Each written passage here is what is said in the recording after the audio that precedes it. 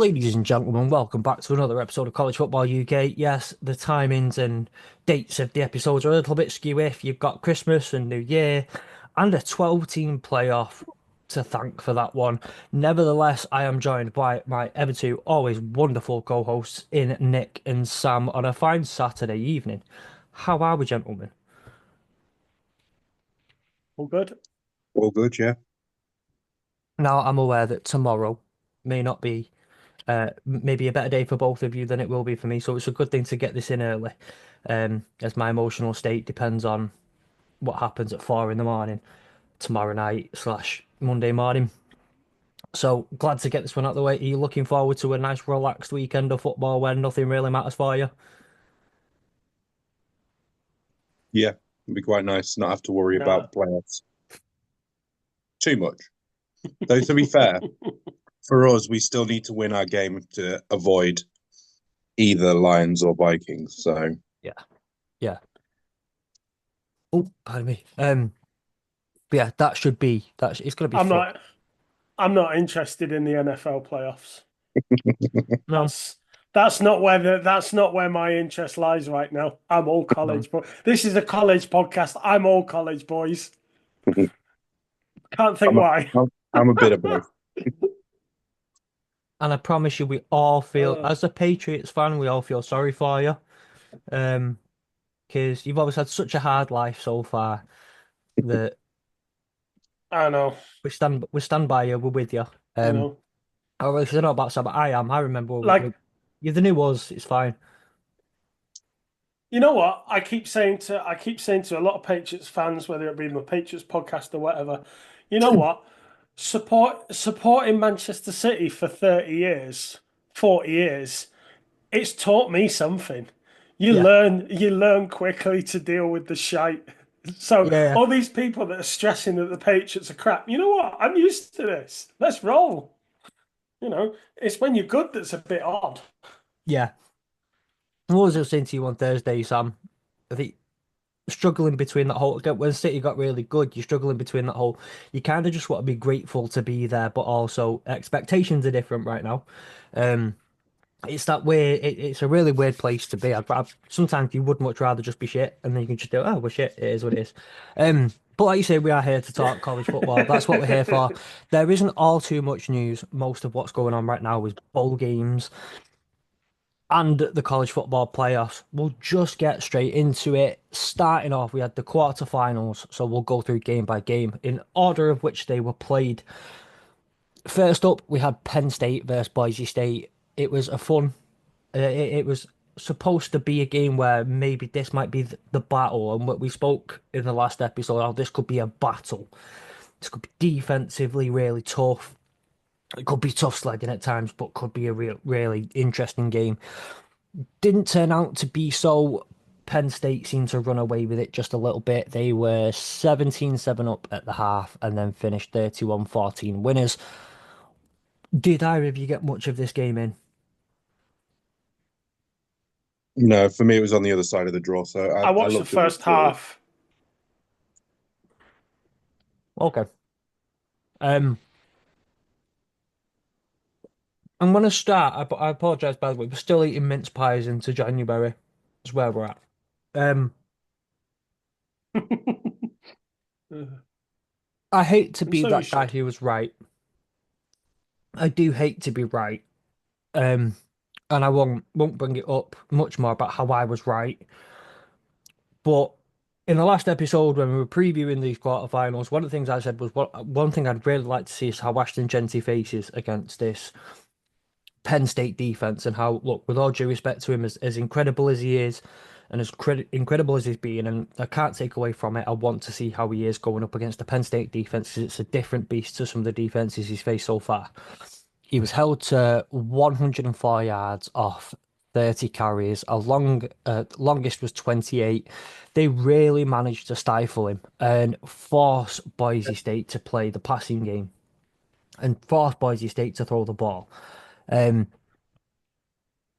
it is that's quite for me. That's potentially pretty much where the game was won and lost immediately. You took the biggest playmaker out the game.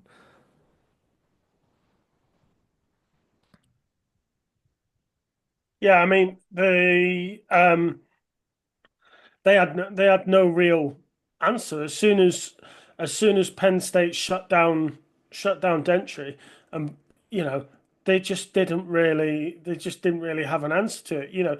You look on the you look on the other side when you look at, like, I know we'll get into it, but you look at, say, Arizona State, you know, Scatbo, for as hard as they tried to shut down Scatbo just kept coming, kept coming, kept coming. So, I think there was certainly, Gentry hasn't really faced some real good defenses. I mean, you can only put, we've had this discussion before. You can only face who you're scheduled to play. You can only go up against who you're scheduled to play. That's not Gentry's fault. But he's come up against a good team and he hasn't been able to get it done. And that says a lot that I don't think um, I don't think he's gonna like fall through the floor draft stock wise, but I think a lot of people are realizing that maybe his numbers, I don't want to say aren't deserved because they are, but maybe his numbers are not as strong as they should be, or not sorry, are stronger than they should be because of who he's actually faced. But that's not on him. From all that matters is your record to Ashton Genty's got meaningless yards in his season. It's the full No, turn I tail. I'm respect his joking. record. I'm winding you up. No, I respect his record, and he got there close enough that he got close to the record, and had the record belonged to him, he would have deserved it. I'm not saying he doesn't deserve the I'm only winding accolades you that up. he's got. I know it, but he does deserve the accolades that he's got. Yeah, But it's just he's come up against a good defense, and for the first time, he hasn't been able to get it done. That's not on him. That's on the team. yeah. In contrast, though, Catron Allen put up 134 yards off 17 carries. Nicholas Singleton put up 87 off 12. Drew Aller put up a whopping, after 11 carries, put up a whopping -4 yards. That's Jared Goff number rushing that. So incredible. Um, for a total of 216 yards on the ground for Penn State. There you have, I think, for me, the yardage passing is a bit chalk and cheese as well. However, in favor of Boise State, but they had to throw the ball. Penn State getting 216 on the ground to Boise State's 108. Like, the theme being here, and we've seen this throughout the college football season, if you run the ball well and run the ball, or at least better than your opponent does, you tend to win the game. Um, Yeah. and and then you throw in Drew Aller, 3 touchdowns, no interceptions off 25 attempts, 13 completions, 171 yards. Boise State were 35 attempts, 23 completions, 304 yards, 1 touchdown, and 3 interceptions. Chalk and cheese, night and day. Penn State, by far the better team, very much deserve to win, and now they're through to the quarters, to the Yeah, I mean semis. it was game over by half time, really. I Yeah, mean, you couldn't see Boise State turning it around. It was like you got to the end of the first quarter and you're thinking, if Boise State don't get a move on, they're gonna lose the grip on this game, and they're gonna be out of sight before they can sort of get going. And by half time, it was just like, this game's over. It's yeah, just be professional on Penn State. We're gonna walk it. yeah. Um, Sam, do you have any thoughts? And I know you didn't said you didn't really get to catch much of the game anyway, so um, Yeah, I mean, it's just, I think I don't think, in terms of Johnny, I don't think his stock's going to change at all. I think he's still going to go to the exact same place that he's likely to go to without that. So I think no matter what, he's going to end up, probably from what people are saying, Sorry, my telly's just doing something. Yeah, he's probably going to end up um, going to the Dallas Cowboys still because they need a running back, and he's probably the best one that's out there. But Hmm. um, I do kind of get what you mean in that it's not. It just shows you that the teams that maybe Boise were playing against previously weren't as good as the likes of Penn State and the ones that are actually the other teams that are in that in the playoffs and sort of in and around and fighting and stuff. So I think it's like I say, you can't blame it on Boise. They can only play who they've got, and you can't blame on Janty. He can only put up yards against the teams that he's playing against. But Hmm. it does it does sort of give a sort of like a false representation of what his actual ability could be going forwards. I think when we're talking about, where he is going to be going in the draft and how he's going to then perform in the NFL, he's going to come up against defenses that are much better than what he's had to face apart from Penn State. So, yeah, I think it's the team that we expected to win won. Hmm. Absolutely. And I don't think, again, not too much more can be said about that game. In my personal opinion, I watched all of it. Game was 100% run on the ground, and with um being able to stifle Gente and get themselves going on the ground. On the defense, absolutely won in the game there.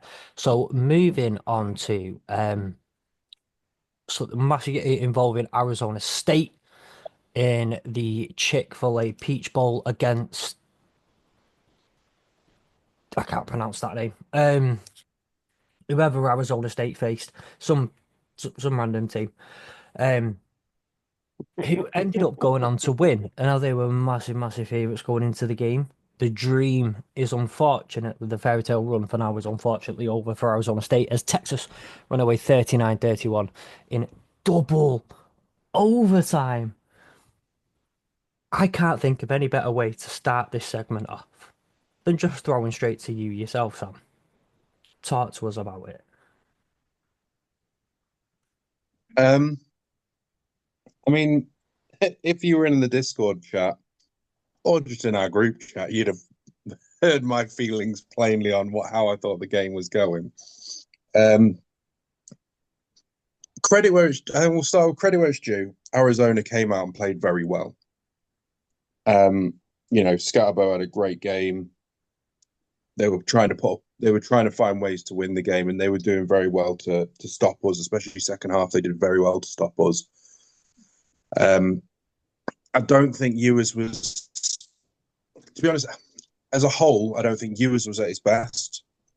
I don't think Sarkisian made the best calls throughout the game. I think there was a couple of really weird decision making, especially when we threw that interception in the second half, where, like, I know that even on the commentary they're saying that they liked the play, but Ewers didn't throw the ball. It's like I didn't like that play. You were winning the game. They were coming back into the game, run the ball and just melt away the clock, and they didn't do that. They decided to throw it and ended up throwing an interception. Then they go up the other end. But I think mainly for me, and I don't want it to make it a talking point, I think the officiating was absolutely dreadful in this game, and very much was in favor of Arizona. And it felt like once we got through halftime, things were going okay for us. Um, it felt like the game turned on the decision making of the officials, which then gave Arizona the momentum and then started bringing Arizona back into the game. And Yeah. obviously credit on Arizona doing well, but there were some really bizarre calls throughout the game. It was more the fact that like there was two calls of where Arizona went on it on the fourth down, and both of them they gave it immediately as they reached the line to gain, and started the first and 10 again. It's like the first one, he was about a yard away. And why they gave that, and then when they reviewed it, why they didn't turn it over, I don't know, or at least get the measuring stick out. I don't know why they didn't do that. And then the second one was a little closer, so I could understand it. But again, still looked like it was behind the line. So why didn't they get the chains out? Um, and just it was just getting very frustrating as a game because we shouldn't have been where we were. We should have been a lot better. And I think when things started to go against us, we then started making dumb decisions and started making calls that we shouldn't really have done. And then, you know, everything happened as it did. But when it got to overtime, Ewers all of a sudden came out of whatever shell he was hiding under, decided to throw obviously the first touchdown, then straight. I think I was watching it and also messaging my mate who's a Longhorns fan, and both of us went, "Where the hell did that second?" Just all of a sudden, he's in the end zone again, throwing it to Helm. I had no idea what had gone on, and we obviously then got the 2 point conversion in that. So yeah, it was a good game, and I think if you as a neutral, you probably would have in terms of what the college playoffs wanted, probably was more like the game you were expecting. But from being a Longhorns fan, it was horrendous to watch. Yeah. I think we'd gone through obviously the first round and how all the games were pretty much blowouts and none of them were competitions and they were all quite boring. You go through Penn State, Penn State Boise State, and you think again that wasn't a competition, and you're thinking finally, like, is this the game? And what, like, is this the game? Please let this be the game. And I know I kind of said like on the previous episode, I don't think this would. It'll be a fun one for you to watch, Sam, but this won't be the one that's not close. I'm sorry, this one will be the one that's not close. Texas will run away with it. Lo and behold, this is the one that's actually the most fun, thanks to a second half resurgence. Um, what a give out! That huge shout out though to Cam Scatterbo. And it did feel like for a while they struggled to get him going. And first couple of drives, it felt like they hadn't got, but he was 143 yards on the ground, 99 yards in the air, and 42 yards with his arm and a touchdown on one play. Unbelievable. What a game from Cam Scatterby, who put most of that team on his back.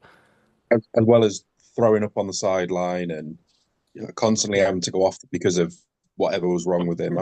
I'm convinced he had concussion or something because he took a massive hit early on. I think he took 2 or 3 to the head, and he's there on the sideline throwing his guts up, and they still keep throwing him in. He's coming off being sick. It's just like, what is going on with this guy? But yeah, he was very good from I would say He was second suffering cramps, apparently. was he? He's not used to playing 4 quarters though, Yeah, is he? supposedly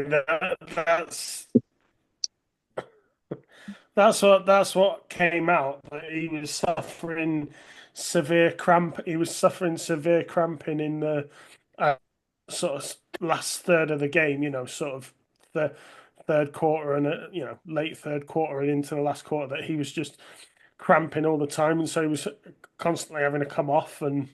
But I think I may well have to review my running back ratings. I think before I finalize that board behind me. Um, Yeah. but we'll see. Well, you had the fact, yeah, probably not used to playing all 4 quarters, but also similar to Ashton Genty and Penn State. Look, Texas is a different ball game in terms of the defense you'd be facing. Yeah. They tackle harder.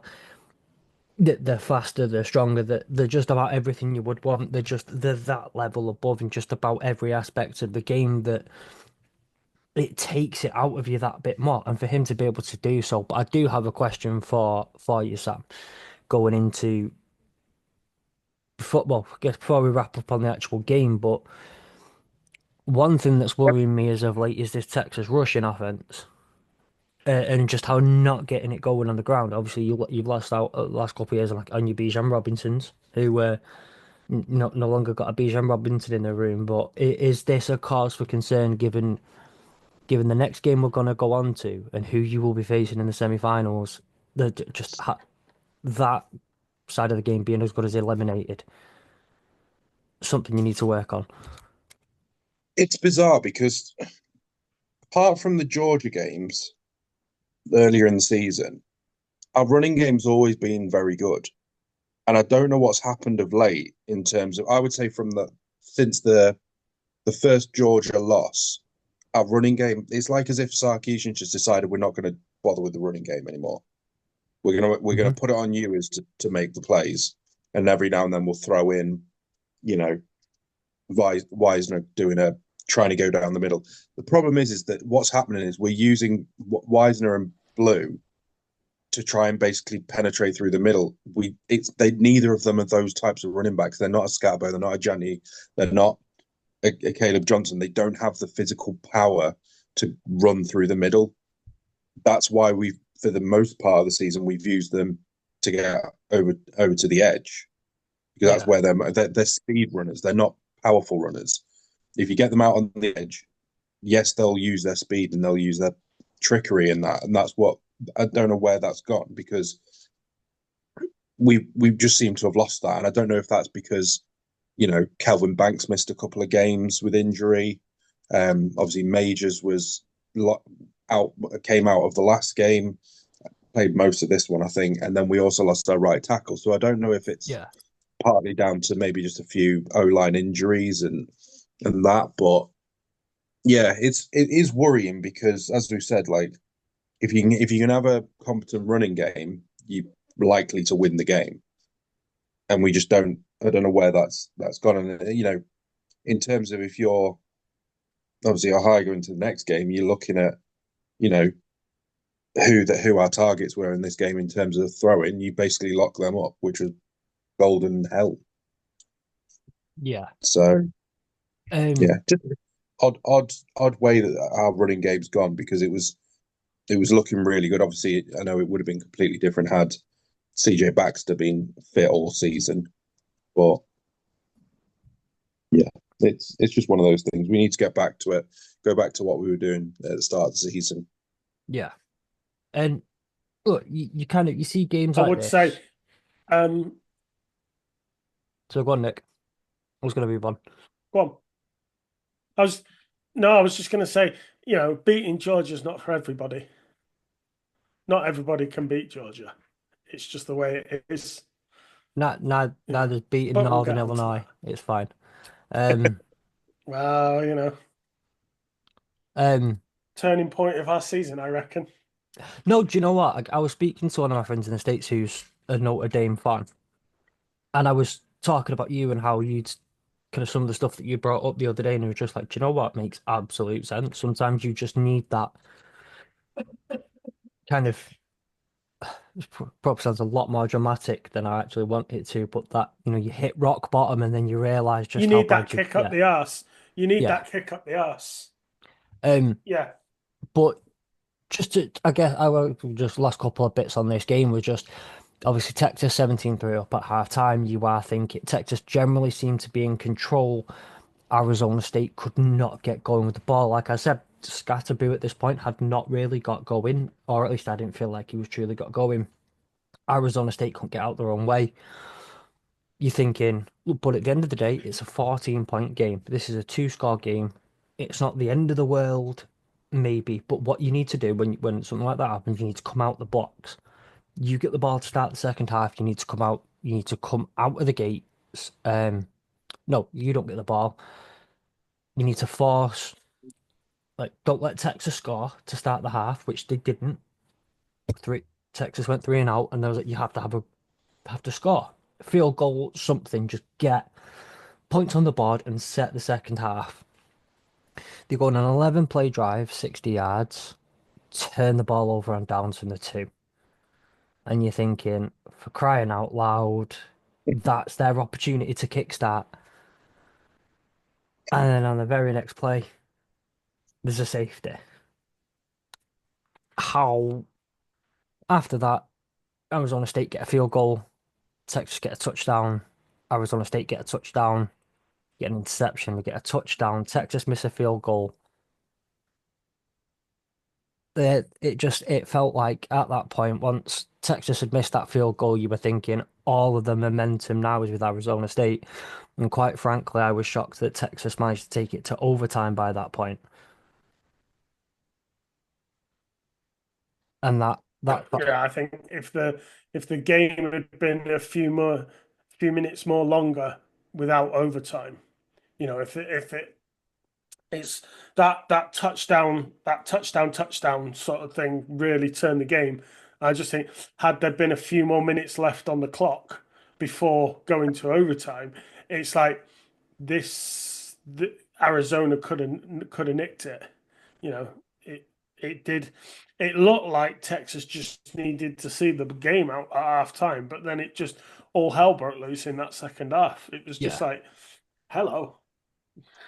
And Yeah, officials decided to make it their game. yeah.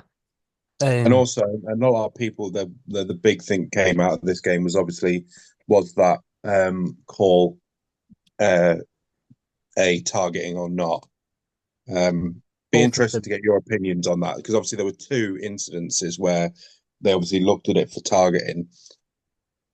I didn't think that the first one that was on Texas was a targeting call, but it was one of those where if it had been in the NFL, it would have been hitting a defenseless receiver because it was a nasty hit. yeah. And then obviously the one that was on the other way, so it was for that was called against Texas. I don't think it was the exact same. It's not like he went with the crown of the helmet. It's literally the guy's turned and they've just gone face to face with the helmets. So while he's trying to make a tackle. So yeah, it was. If I think if you give him one, you've got to give both. Yeah, I was going to Yeah. say I think they were both 50-50s in that they could if we'd watched that game and both decisions had gone the other way, I wouldn't have been sat, I don't think you could sit here absolutely screaming that they were bad decisions. Yeah. But where you say if you give one, you have to give the other, I'm not. Again, I think both of them were 50-50s. If you gave the first one and not the second one, don't know. If you gave the second one and not the first one, don't know. I think they were both right on the line that chances are, yes, if you're going to give the first one, you're going to give the second one. That's just the natural style of the official. Yeah. The I think officiating tends to be constant, but I would have said I didn't feel one was any more out there than the other. I think had they both gone the other way, I wouldn't have been sitting here, saying, "No, you got, the Texas got shafted or whatever," because I think both decisions could have quite easily have gone the other way. yeah, I think it was. I think for me, and I do think this maybe the fact that the first one wasn't given, I do think probably played into why the second one wasn't given. Because it doesn't Yeah, matter whether you decide whether you say every decision has to be reviewed on its own. In 50-50 ones, if you've not given one, that's going to be in your head if another one comes up, and that's what happens. So yeah, I think they were both, in my opinion, they were both the right decision based upon the rules of the game. But I would have been absolutely raging had they given that second one and not the first one. Yeah. I I'm very similar to both of you. They were as good as equal. If you were to have to give out a value in terms of hundred and percentages for both of them, I think you will look at the one by Texas on Arizona State as if you were to ask me to give one, but if you asked me to give one of them, I would have given that one. Um, mainly because whether it's what I talk about being unfortunate timing of just a turn of I can't remember who it was for Arizona State, but it's just unfortunate timing of the turn. I don't think he led with the crown of the helmet, but the helmet in that sense was the first point of contact. So, but you're absolutely right. If you are putting it down to if you were going to give one, you give them both. If you were going to let one off, you let both off. Um, but yeah, everything I want to say has already pretty much been said. Um, so yeah, Texas walk away from that one. You are now in the semi-finals of the college football net playoffs. Congratulations, Sam. Um, you will That's now 2 years face. in a row, by the way. That's 2 years in a row to the same spot. It is indeed. We were in it last year as well. You Um, were. didn't see You've you in the been final replaced though. by Finland. Didn't see you in the final No. though. No, didn't see you there. No. You're Where were not you in living the on Where were past you in glories this again, are you, playoffs? Fletch? Hmm? Where were you in this playoffs? Comfortably watching at home, Living on past glories. relishing our win, our dominant display against Alabama the day before. Um, in the ReliaQuest Bowl, which is the real playoff final, by the way. The ReliaQuest Bowl. We all know it. You Um, keep telling yourself that. I will, again, it's my story and I'm sticking to it. Okay. Respect for that. We then moved on to Saturday, not Saturday, it was Wednesday evening, New Year's Day, for Ohio State versus Oregon. Jesus Christ, what was in the water that day? How on earth did Oregon let that happen at half time? What the hell? That first I half take was it, just like I take it, Twilight Zone. yeah, yeah. Did you watch the game? I watched it on delay. I watched Yeah, it the day after, yeah, but I was like, because I saw before I saw the game, I saw the score. So I was like, oh, that's nasty. And then when you actually watch it and you see that first half, it's like, Jesus, what on earth? What on earth has gone on? I know you're thinking like major injury, you're thinking dodgy decision. Surely Oregon can't be that bad in the first. Oh no, they were that bad. They were awful. it I was, obviously yeah, I think me and well, I think Fletch, you had it on both of them on at the same time, but obviously I was delayed joining the game, and I think by the time I actually got onto the game, it was already like potentially 14-0. I think maybe even the first half had maybe finished, but I just remember turning over and seeing it was like 14-0 or whatever it was at the time, it was, and just it, thinking, what the hell has gone on? it was 14-0 at the end of the first quarter. Half and towards the end of the first quarter, it was Ohio State did pretty much what they did to Tennessee. Just came out and just went bang, bang, bang, bang. Stop us if you can. Um, they did the whole. At the end of the day, that team is built like I said, they built like a Ferrari. Against Michigan, they wanted to be a tank, but that team is built like a Ferrari. Against Tennessee, they remembered it. That's exactly what they were. They played like a Ferrari. They did everything they needed to. Jeremiah Smith had 130 odd yards by the end of the first quarter, receiving. That He, first, he was insane. the first drive, it was first and 10. Um, First and 10 for 30 yards. First and 10, incomplete. Second and 10, 45-yard touchdown. 3 plays, 2 completions, touchdown. Then Oregon go 3 and out. Ohio State go 6 and out, which I totally forgot about, by the way. Oregon go 3 and out again. Ohio State go 3 plays, 53 yards, touchdown. Oregon go 7 and out. Ohio State go 10 plays, field goal. Oregon, 7 plays, turnover and downs. Ohio State, 2 plays, 48 yards, touchdown. It was, and then 1 play, 66 yards, touchdown. This was insane. This was, they were having that, they were doing whatever they wanted to for the most part. And before they, um, well, Oregon managed to get a touchdown at the end of the half and secure a 2-point conversion. to bring the score at the half to 34-8. which is when I turned I off. mean, we talk about how the Penn State Boise State game was sort of game over at halftime. This was game over at halftime because Ohio State came out second half knowing they had the game won. They just had to sort of like be professional about the second half, and they were. It was.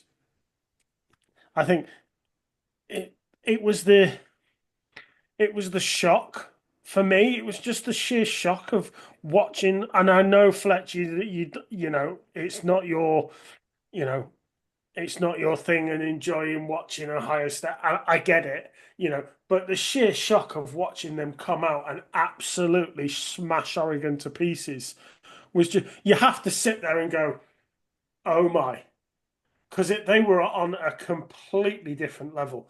And when you think about Oregon this year and how Oregon have been absolutely dominant throughout, to turn up like that, that's questions have got to be asked.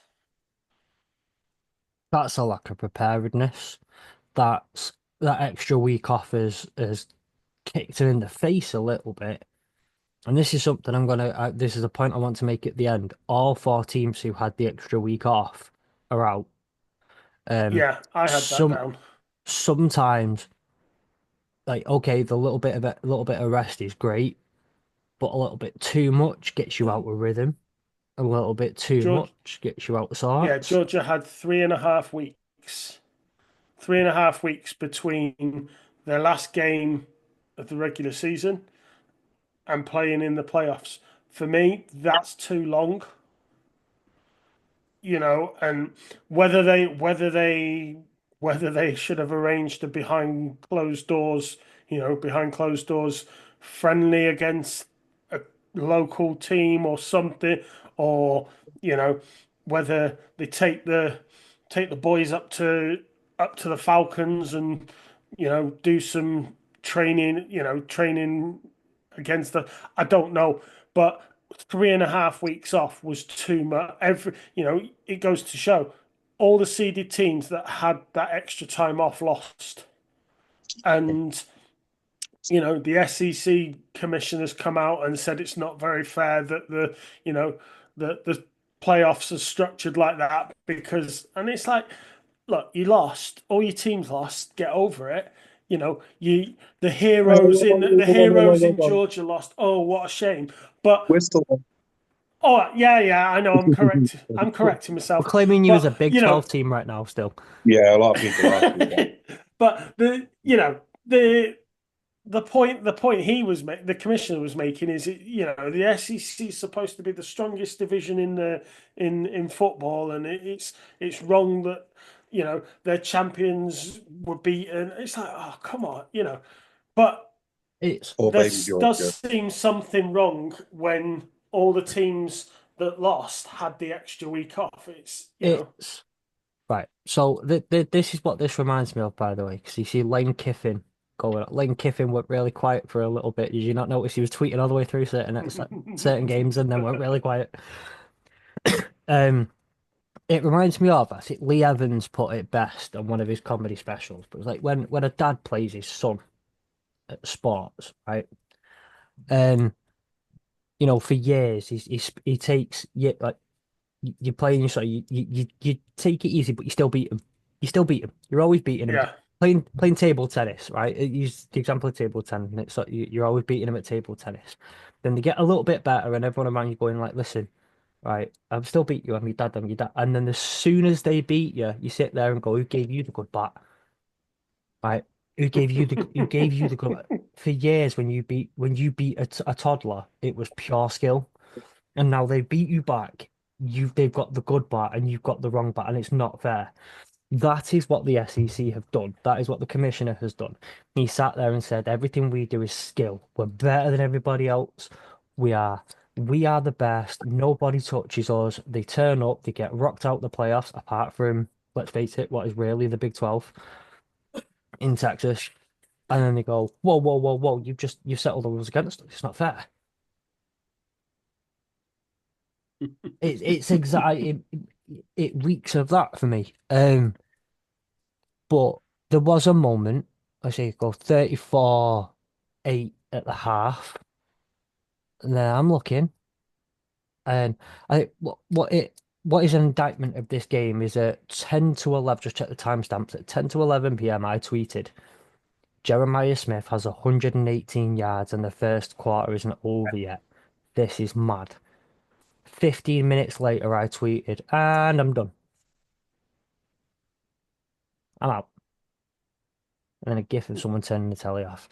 Um, you thought, well, I say you thought, I thought, Oregon come out the second quarter and I go again. Look, end of the day, all you can do right now is if it's damage limitation, it's damage limitation. It's a 26-point game. But you know what? They put up 5 scores worth of points on you in one half.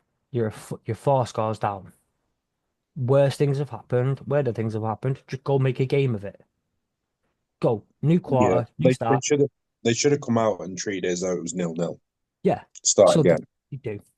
11 plays, 75 yards, touchdown, 34-15, and you're thinking, okay, That's a let's typical. start. Sam's Wait, just said it there. Sorry, go. Sam's just said it there. That is a typical Sunday morning football statement, if ever I've heard one. Come on, Yep. lads, second half, 0-0. Come on. You know, nil, Yeah. new game. said on every playing field, said on every playing field across the UK for Yeah. Sunday morning soccer and whatever else. You're Come on, down lads, 8-0. second half, 0-0. Let's go. You're absolutely getting back. Come on, lads, 0-0. Let's win the second half. That was a Then, good call, Sam. then Ohio State go 3-and-out, and I'm going, come on, right, okay, we're gonna have a game of it. They might not win, but they're gonna have a game of it, and this could get fun in the fourth quarter. Oregon get the ball back, and then they go 3-and-out after getting minus 13 yards, and Ohio State score a touchdown. End of game. That's done. 41-15. I don't care anymore. They're not going to make a game of it. But for a second, I believed. For a second, I believed that we might have a game on our hands here. I turned it off at half time when I saw that it was 34, was it 34-8. I was not going back to that game. When it was, was it I was just sitting there thinking, shit, how are we gonna beat this? How are we gonna beat this Ohio State team? Because they that's look phenomenal. that's a question for in a minute. As we wrap this one up, not too much more can be said about this game. End of the day, Ohio State completely blew Oregon's back doors out. Oregon were not ready. Ohio State very much were. Not much more can be said about it. And I think there's only one real way to start this kind of segment off, and it's the fact that the Sugar Bowl on New Year's night was postponed by what was initially 24 hours Yes. due to the horrendous incident in New Orleans, which kind of gave it out there on the other day on the Hurdle the Line. Thoughts of everybody over here with people involved in that from, Sport. well, yeah, Sport takes a backseat, yeah, and so sport. It's just a game. It does not, in the grand scheme of things, when you've got something going on like that, it is just a game. Who cares? You know, go. Every single fan there, whether you were from Georgia, whether you were from, whether you're from Notre Dame, get yourself safe. Make sure you're okay. Make sure people that you're there with are okay. Football does not matter, and to see that two of the Georgia students that were there were injured quite yeah. badly because Mm. they weren't staff or anything. They were just two students going to support their college in a big game, and they were, one of them was injured pretty badly. And It's they went you out to know celebrate New Year. football just doesn't matter. They went Yeah, out to it I mean, celebrate doesn't. New well, Year. Sport doesn't matter. and as you sort of post as well, Nick, it turns out that it wasn't just obviously the incident that happened in New Orleans. I think obviously Kirby Smart's dad had an unfortunate Yeah, accident and ended up dying from complications with his hip surgery. So, I think that's obviously I don't want to say that that's going to have played a part in what happened in terms of the game, but I do think that it'll always have an impact on him as a Yeah. person and his ability to be able to do his job properly when your dad has just died a day before. I would Whether say whether what that I think he only died today at the day of recording. The accident oh happened, was and then it the complications with Yeah, the he felt surgery. the okay. ax. Yeah, the accident happened the day before, and he broke his hip. And it turns out he needed hip surgery. He had that hip surgery before the game because the accident obviously happened that Yeah, day before. Um, but The obviously complications since. the complications meant that it happened. His death happened yesterday.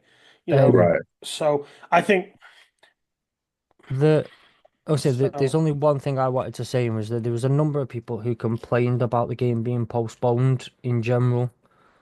Um, every single one of those people who complained was someone sat at home watching it on the television. Get fucked. And I'm not asked. This is my network. I'll say what I want. Go fuck yourselves. Um, if that was you, the absolute correct decision was to postpone that game, make sure everyone was safe, and because at that point, the information you had on just the thing in and of itself was so limited, you had to make sure get all your information right and make sure everywhere was safe. By far the right decision. And if your New Year's night plans were fucked up because you couldn't watch a game on ESPN on your television, I don't care. Go outside, touch some grass, you sad bastard. Um, but with that in mind, we the game did get played. It got played on the 2nd of January, and well, onto the bit that Notre Dame run away, 23-10 winners over Georgia. And again, similar to the other game, we're better to start on the actual football side of it. Then Nick, talk to us about this game, please. Oh wait, no, Sam, talk to us. Well, Sam, go on, yeah, Nick. go on, Sam. You give me your opinion. Go on, you start. my opinion was I was not watching the game because we were busy doing the Hurdle the Line preview podcast. So I actually missed a good 2 hours of the game. So I don't really. I basically turned. I think probably got. I think we turned off just as it got to half time, and Yeah. then I just kind of was too tired to watch the I, rest of it. So I was I also thought doing it, but I chose to actually like watch the game and just ignore Sam and Carl for an hour instead. that's why I it went mean on for so long because that he wasn't managing it properly. What did you say? I'm sorry. That's it. Yeah. but halftime was where the game turned because Notre Dame picked up that touchdown right on halftime and then received the ball second half and just ran it in for another touchdown. Literally in game time, it was less than a minute and it was two touchdowns. And it was just like that's when the game turned. And I Marcus Freeman's special teams play where he ran the special teams on and they all did a funny dance and moved and then all ran off again. And then the offense came back on, and Georgia were like, "Oh my God, what's going on?" And then they got time to get there, and then they got an early. Then they moved and got a neutral zone infraction because they were all confused. 15-yard penalty, first down. Thank you very much. That's I think what that's when Notre Dame could sort of like breathe a sigh as like we've got this game now because if they hadn't have got that first down and George had gone the other way and got a touchdown, it would have been tight towards the end. But I think when George just stepped into that neutral zone and conceded that 15 yards, it was like right, we're okay. I think we're going to see this out.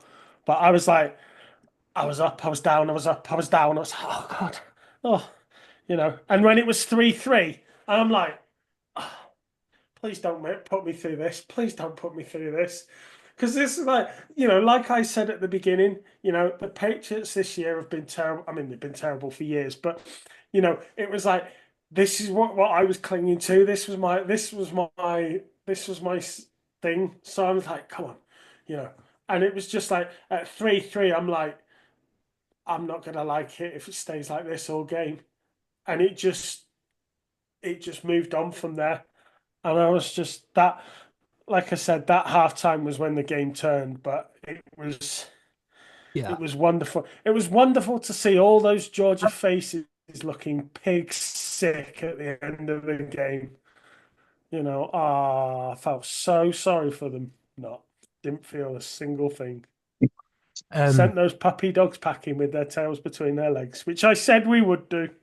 you did, and we can't take that away from you. And I need to ask because what you were saying about it was, when you were up, were you up, and when you were down, were you down? But when you were only Yeah, halfway up, were you neither up nor down? I was neither up or down. No, that's just the way it is. Um, Because I originally, when the game was supposed to be played, I wouldn't have watched it because I'd have been in bed ready for going to work the next day. yeah. But I went to work the next day, which obviously became the day of the game, and it meant I got home from work and I didn't have anything on Friday to do because there was nothing going out on freight that day. So I was like, well, okay, I get to watch the game instead. Because originally, had it been on when it was scheduled, I wouldn't have seen it. So instead, I watched it. Oh, it's like, you know, put me through the ringer early on. But like I said, I felt so much better in the second half because I just felt we had control. Yeah, when you talk about things like that again, you think with the start of the second half, and you're going right. You just kind of need someone to take the game. Someone needs to kind of take the ball by its horns and go away with it. And it felt very similar again to when we were watching the Texas game last week, and you're like, okay, do we have a game on our hands now? And Jaden Bleed went, no. Um, you're going, okay, is this second half going to be truly competitive? Going to be a competitive big half? And then Jaden Harrison says, no, I'm going to run it back 100 yards, and you're gonna like it, whether you want to or not. And so set the tone early on, straight up. Notre Dame were not messing around anymore,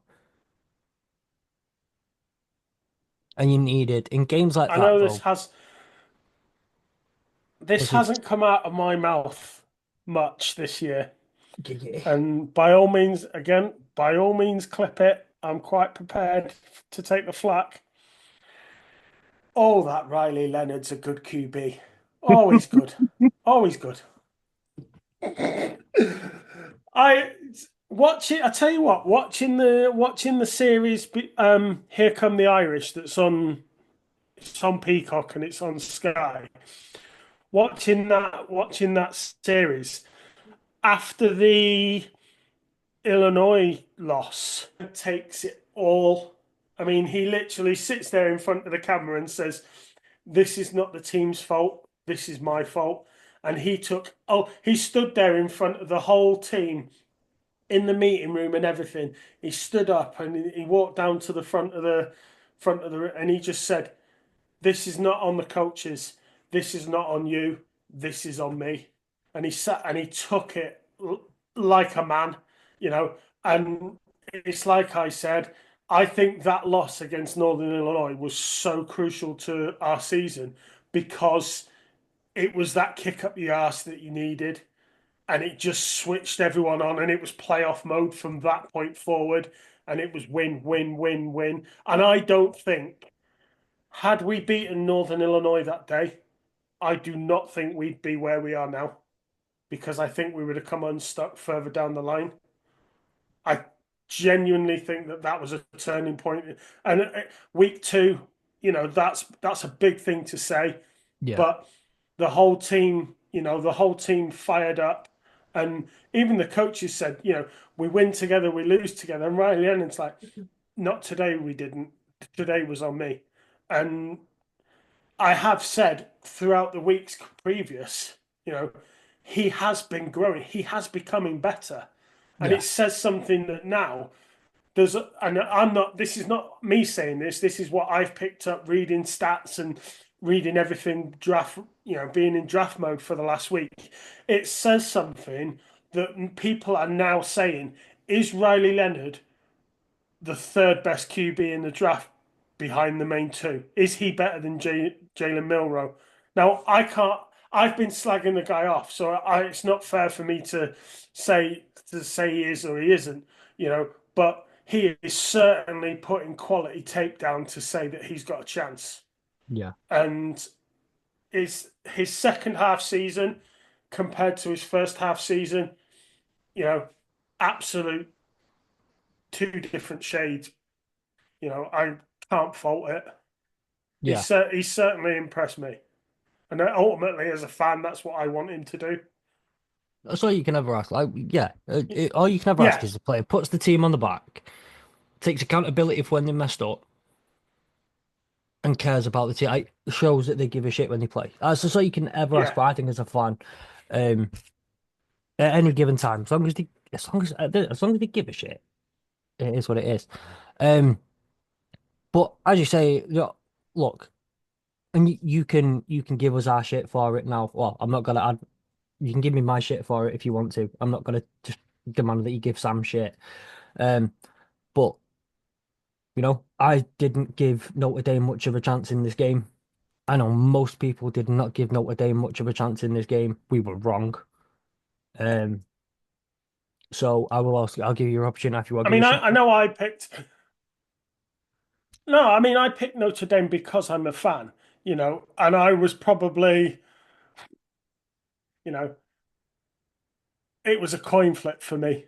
I think my fandom was saying you've got to go Notre Dame, but it wasn't a fully and I can sit here all bravado, oh yeah, we're gonna send the puppy dogs walking and but fully prepared that I knew I might have to come on here and go, well, what happened was the reason we didn't, but I you know I can't say anything more that I'm so proud of how the effort that the team put in, Yeah. and bring them on. And I genuinely think we are championship game bound.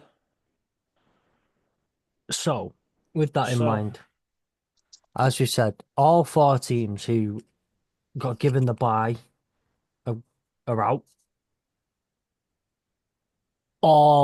Well, and we now have two. It's both semi-final matchups. The Capital One Orange Bowl, which will be played on Thursday, the 9th of January at 8:30 Eastern, which actually Midweek. not 8:30, 7:30 Eastern, which is actually the 10th of January at 12:30 in the morning.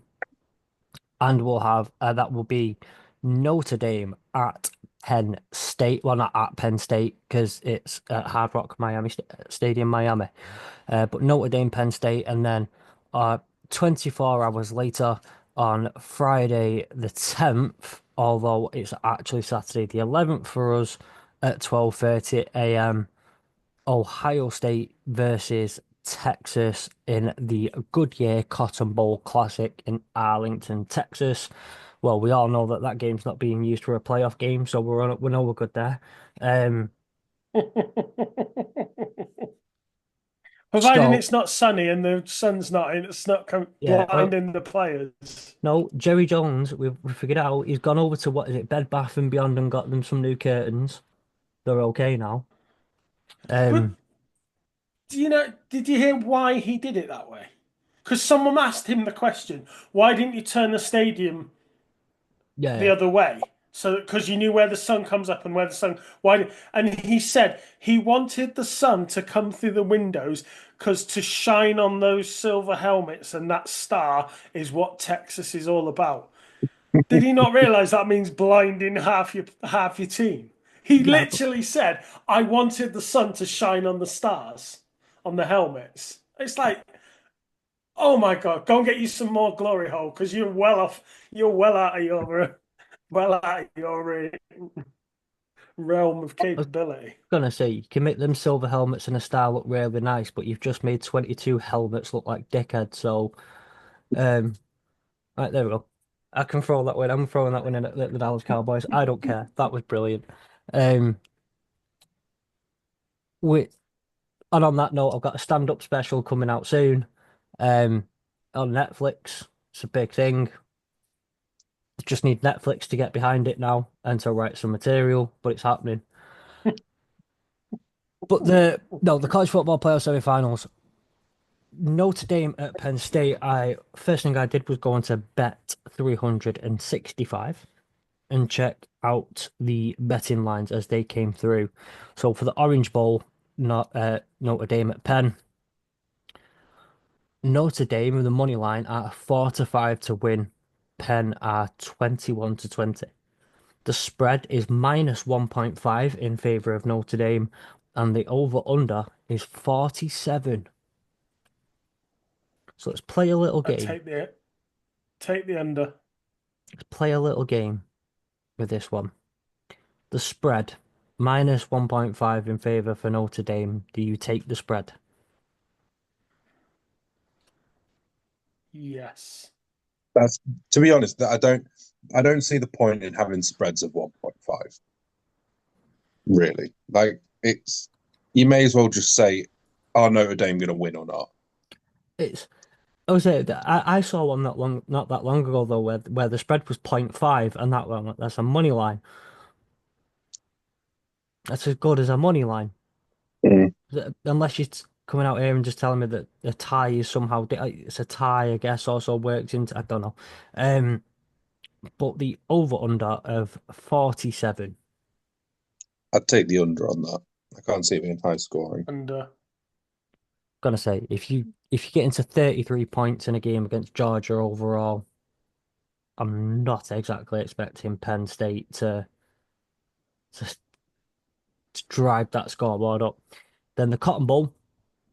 So Texas and Ohio State. Ohio State opening the money line at 4-9. Texas 37 to 20. That is a spread in favor of OSU minus 6. And the over under on the game was 53.5. So let's start with the spread of minus 6. Are you taking or leaving that spread? If both teams play the way that they did in the semi-finals, they did in the quarters, then yes.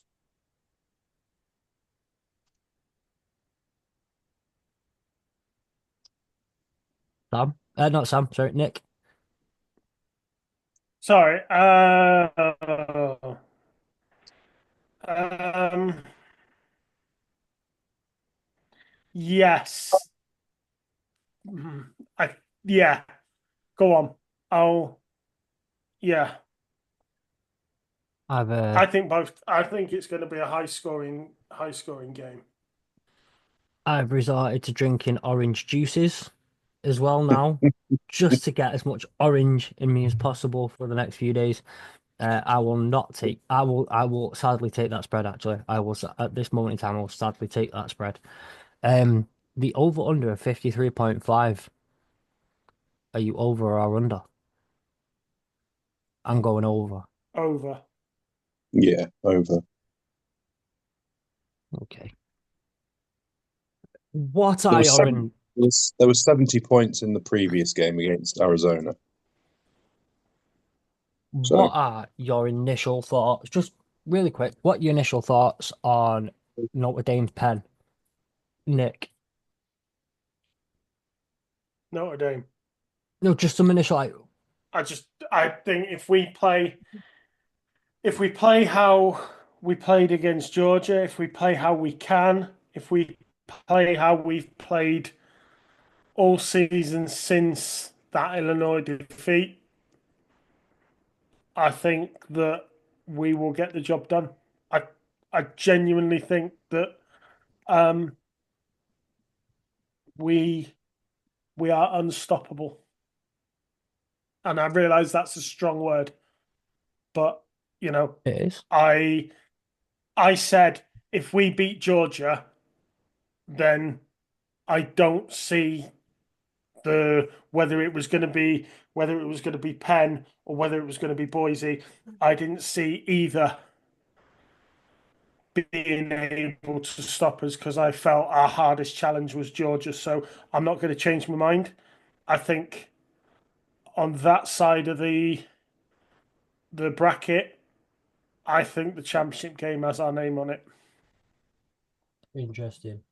Interesting. And Sam, quick thoughts on Ohio State, Texas. As I've already said, if we turn up like we did in against Arizona, we'll get abolished. We'll just get demolished by them. Abolished. Yeah, yeah, we'll get abolished. Just out of college No, football. Leave. yeah. Cast out, get out, um, there. never to be seen It again. honestly, it honestly depends. I think on how our defense does because if we can lock up Jeremiah Smith, which I know that we have players that can do it, then we'll be okay. Obviously, the thing with Ohio is they have so many weapons. They obviously you lock up Jeremiah Smith, Egbuka's there. You stop Henderson, you've got Judkins there. It's just trying to stop them getting any momentum. So if we can stop Howard, then we should be okay. And we do have the D line to be able to do it. We've shown all year that we can put pressure on a quarterback.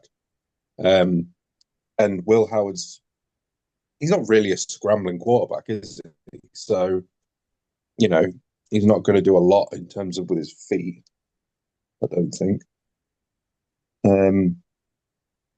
Yeah, I'm just going to hope that we turn up better than what we have in the last couple of games. We can get our running game going, and we can keep, I don't know, maybe catch Ohio on an off day. I'll say just you're finding different ways to win, Sam. That's what you're doing. You're Mm. just finding all the different ways of winning, and then you'll figure out which one works for you against Ohio State. Now, fair enough. With that in mind, gents, I am going to. I have another commitment that I have promised one of both of our very good friends that I will go and help them with, and I recognise the time. The Baltimore Ravens. It's shocking that they're beating the Cleveland Browns right now, 14-3. Um, and I will leave you two to go and enjoy the rest of your Saturday evening. Enjoy the playoffs. Enjoy the semi-finals. Enjoy the next few days of foot because the semi-finals will happen, and then me and you might have a week off, Nick. I'll have a week off. You'll have a month off, and you can get straight on the draft talk. But yeah, I'm all drafted out. I've the amount of draft footage, and the amount of game footage and stats and everything I've put in over. I haven't watched any bowl games because I've just been on draft duty and just I am I've, I'm happy with what I've done so far. I'll keep an eye on it, and yeah, yeah, I'll probably change things slightly. But I'm so glad I put in all the hard work. But what I will say, Fletch, before you just go, yeah. is obviously we know you're a Wolverine, and we know How that did you you know? don't How did you figure like that one out? Ohio State. But it's just something I I've do try and been hide it. sort of like I've worked out in the time that I've been, the time that I've been, working with you. I have sort of noticed, I and you've in these playoffs, you've been no picking your idea where team, you would come and up you've with been this coming idea. out, and you've been saying, right, I'm going to back this team, or I'm going to back this team. Whatever, Sam, do not let him say, I'm going to back Texas, because every time he says, I'm going to back this team, they lose.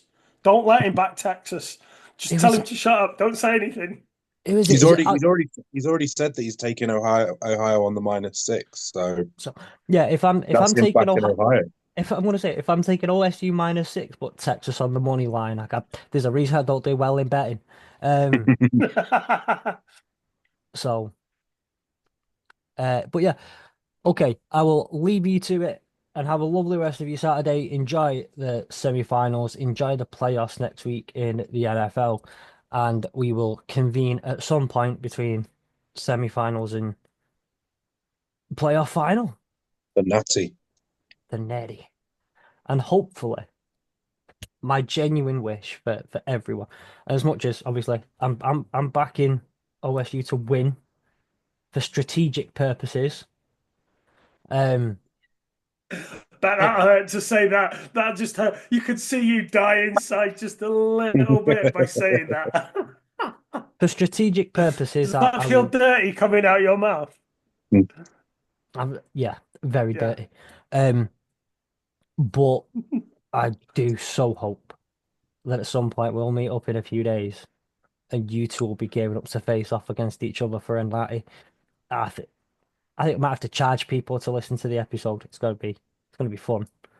Um, but yeah, have a good week, and I will speak to you next week at some point.